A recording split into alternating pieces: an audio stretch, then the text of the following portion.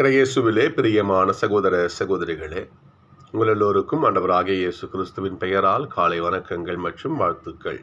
நான் உங்கள் அகஸ்டின் வேதியர். இன்று ஜூலை மாதம் 25ஆம் தேதி 2026ஆம் ஆண்டு. ஆண்டவரின் மடியில் 5 நிமிடங்கள். சகோதர சகோதரிகளே, இயேசு ஆண்டவர் இந்த உலகத்தையே வெற்றி கொண்டார். அவருடைய போர்படை தளபதிகள் சொல்லலாம், 12 பேர். இந்த 12 பேரை கொண்டு ஆண்டவர் இயேசு இந்த உலகத்தையே வெற்றி கொண்டார். இந்த உலகத்தையே தன் வசப்படுத்துறாருன்னு சொன்னால் அது மிகையாகாது. அப்படிப்பட்ட இயேசப்பாவுடைய திருத்தூதர்களிலே ஒருவர் யாக்கோபு. அவருடைய விழாவைத்தான் இன்றைக்கு தாய் திருச்சபை ஆண்டு கொண்டாடுகிறது. யாக்கோபுடைய திருப்பரை தாங்கியிருக்கும் எல்லோருக்கும் என்னுடைய விழா வாழ்த்துக்களையும் ஜபங்களையும் தெரிவித்துக் கொள்கிறேன். சகோதர சகோதரிகளே, இவருடைய தாய் தான் ஏசப்பா ஒரு கோரிக்கை வச்சாங்க. ஏசப்பா வாழ்ந்த காலத்தில் இயேசு இந்த பாலஸ்தீனா நாட்டினுடைய அரசராக வருவார். அந்த ரோமை ஆட்சியை ஒழித்துவிட்டு இவர் ஒரு புது ஆட்சியை கொடுப்பார்.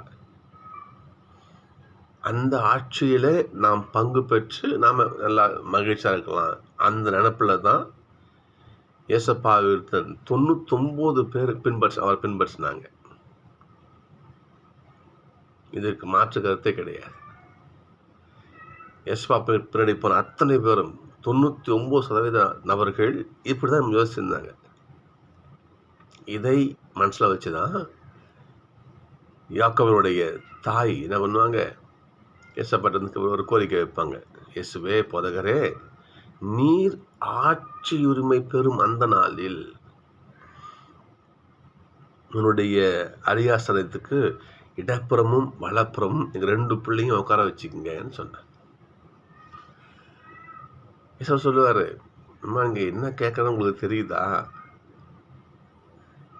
நான் குடிக்கும் துன்பக்கிறத உங்களால் குடிக்க முடியுமா? இவங்க முடியும்னு சொல்லுவாங்க. ஆமாம்மா முடியும், நான் நம்புகிறேன், சரிதான். இருந்தாலும் என்னுடைய வலப்புறம் இடப்புறம் யார் அமரணும் என்பதை முடிவு செய்பவர் என்னுடைய தந்தையேன்னு சொல்லுவார். இன்னொன்று சொல்லுவார், முதன்மையாக இருக்க விரும்புகிறவன் தொண்டனாக இருக்கணும்னு சொல்லுவார். உண்மையில் இந்த வார்த்தைகளும் யாக்கோபு மனசை பதிஞ்சிருக்கணும்.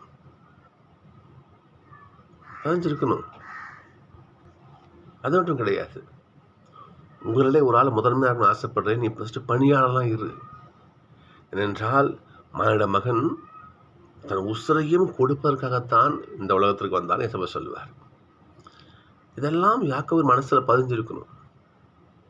அந்த போதனை தான் வேத சாட்சியாக யாக்கோபை மறிக்க செய்தது.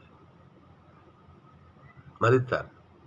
இன்னைக்கு 2ஆம் வாசகம் பாருங்களேன், இன்னைக்கு முதல் வாசகம் பாருங்களேன். இன்னைக்கு பவுலுடைய வார்த்தைகள். நாங்கள் எல்லா கஷ்டமும் படுறோம். நாங்கள் எந்த கஷ்டத்தை பட்டாலும் நாங்கள் மனம் உடைந்து போவது கிடையாது. எங்களுக்கு ஆண்டவர் தைரியத்தை கொடுக்கிறார். நாங்கள் யார் தெரியுமா? கடவுளுடைய மாட்சி, கடவுளுடைய மகிமை என்பதை தாங்கி இருக்கிற மட்பாண்ட சின்ன ஒரு மண்ணு பாத்திரமே நாங்கள்லாம். அவருடைய வார்த்தை பாருங்க. கடவுள் என்கின்ற அப்பேற்பட்ட சொத்து பொக்கிஷத்தை தாங்கி இருக்கிற சாதாரண மண்ணு பாத்திரம் நாங்களாம். இந்த நிலை எங்களுக்கு யார் கொடுத்து தெரியுமா? கடவுள் கொடுத்தார். உண்மைதான். திருத்துதல் என்ற அந்த மட்கலங்களில் தான் கடவுள் மாபெரும் மாட்சிமையை கொடுத்து வச்சிருந்தார். அதிலே ஒரு மட்கலம்தான் தூய யாக்கோபு. இவரை பற்றி அலெக்சாந்திரியா நாட்டு சிறில் என்பவர் என்ன பண்ணுவார், இவ்வாறு சொல்லுவார், மன்னிக்கணும். அலெக்சாந்திரியா நாட்டு கிளெமெண்ட் இவ்வாறு சொல்லுவார். இவர் ஒரு புனிதர், வரலாற்று ஆசிரியர். இவர் சொல்லுகின்ற பொழுது இவரை கொல்லுவதற்காக இவருடைய எதிரிகள் கொலைகாரன் கூட்டு போகிறாங்க. அப்போ ஒருத்தன் என்ன பண்ணுறான், ஏளனமாக சிரிக்கிறான். இவரை பார்த்து ஏளனமாக சிரிக்கிறான். அப்பயும் யாக்கோபு மனம் தரல. இப்போ நீ சிரிச்சுட்டு போ, என்னுடைய மரணம் என் ஆண்டவருக்காக, இறை பணிக்காக இவர் இறப்பையே நோக்கி போறார். இவருடைய மன உறுதியை பார்த்து அவன் இயேசப்பாவை ஏற்றுக்கொள்கிறான். அது ஒன்றும் கிடையாது. அவன் சொல்றான், அந்த கொலைகாரங்க சொல்றான், நானும் யாக்கோபோட என்னையும் சாவாடிங்கடா என்று என்ன பண்றான், அந்த யாக்கோபுக்காக அந்த கூட்டத்தை எதிர்த்து அவன் பேசுறான். அவ்வாறு பேசி யாக்கோபோடு அவரும் இறந்தான் என்று வரலாற்றாசிரியர் கிளமெண்ட் சொல்றார். அந்த அளவுக்கு அனைவருக்கும் ஆண்டவருடைய வார்த்தையை சொல்லி எல்லோரையும் ஆண்டு பக்கம் கொண்டு வந்த மாபெரும் பணியை செய்தவர் தூய யாக்கோபு.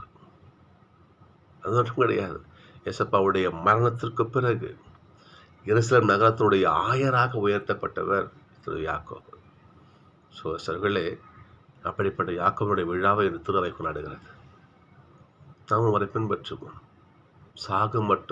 சாக போற அந்த நிமிஷத்துல கூட என்ன பண்ணாரு, மன உறுதியோடு நின்று ஒரு ஆன்மாவை மீட்டார். பார்த்தீங்களா?